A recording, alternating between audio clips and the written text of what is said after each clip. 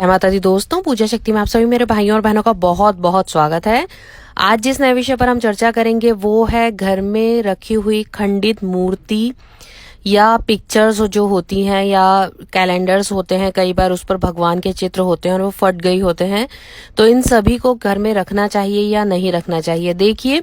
वास्तु के अनुसार अगर आप सभी जानते होंगे तो घर में जो नकारात्मक एनर्जीज होती हैं, नेगेटिव एनर्जीज होती हैं, वो कई पुराने रखे सामान के कारण जो है बढ़ने लगती हैं। अगर आपके घर में टूटा रखा शीशा है या किसी प्रकार के कोई ऐसे इलेक्ट्रॉनिक सामान है जो कई समय से बंद पड़े हैं, तो वो जो है मुख्य रूप से आपके घर में नेगेटिव ऊर्जाओं को बढ़ाने का काम करते हैं और उनके कारण जो है आपके घर में नकारात्मकता बढ़ती है।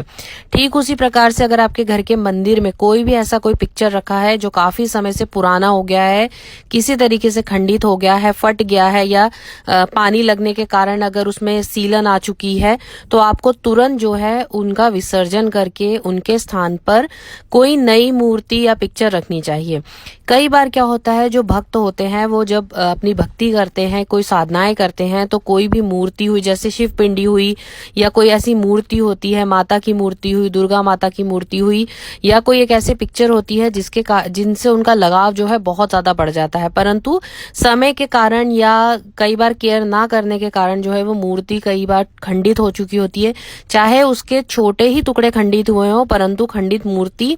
या पिक्चर घर में नहीं लगानी चाहिए, ना ही खासतौर पर आपको अपने पूजा स्थान पे रखने चाहिए। ऐसा इसके पीछे का जो कारण होता है वो मुख्य रूप से होता है देवी शक्तियों का,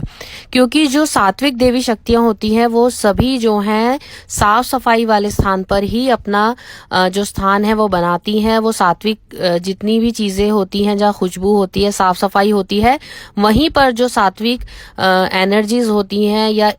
भगवान के, ईश्वर के जो अंश होते हैं वो विद्यमान होते हैं। अगर आप कोई सात्विक साधना कर रहे हैं, जैसे माँ लक्ष्मी हुई, विष्णु जी हुए, कृष्ण जी हुई, माँ दुर्गा, माँ काली, माँ सरस्वती हुई, बगलामुखी हुई, या किसी भी रूप में आप माता को पूजते हैं, और या आप शिव जी की आराधना करते हैं, शिव परिवार की आराधना करते हैं, गणेश जी की आराधना करते हैं, सात्विक कोई भी पूजा मंत्र पाठ करते हैं, और उस समय पर अगर आपके घर में खंडित मूर्ति या पिक्चर होती है, तो वो पूजा पाठ का जो असर है वो आपको नहीं मिलता है, ना ही उस मंत्र जाप का असर आपके जीवन में आपको दिखाई देगा। अब इसके साथ ही कई बार जब साधना क्षेत्र से लोग जुड़े हुए होते हैं तो वो कई सालों तक किसी माला के द्वारा मंत्र जाप करते हैं, तथा वो माला जो है सही तरीके से ना रख कारण किसी भी कारण से टूट जाती है,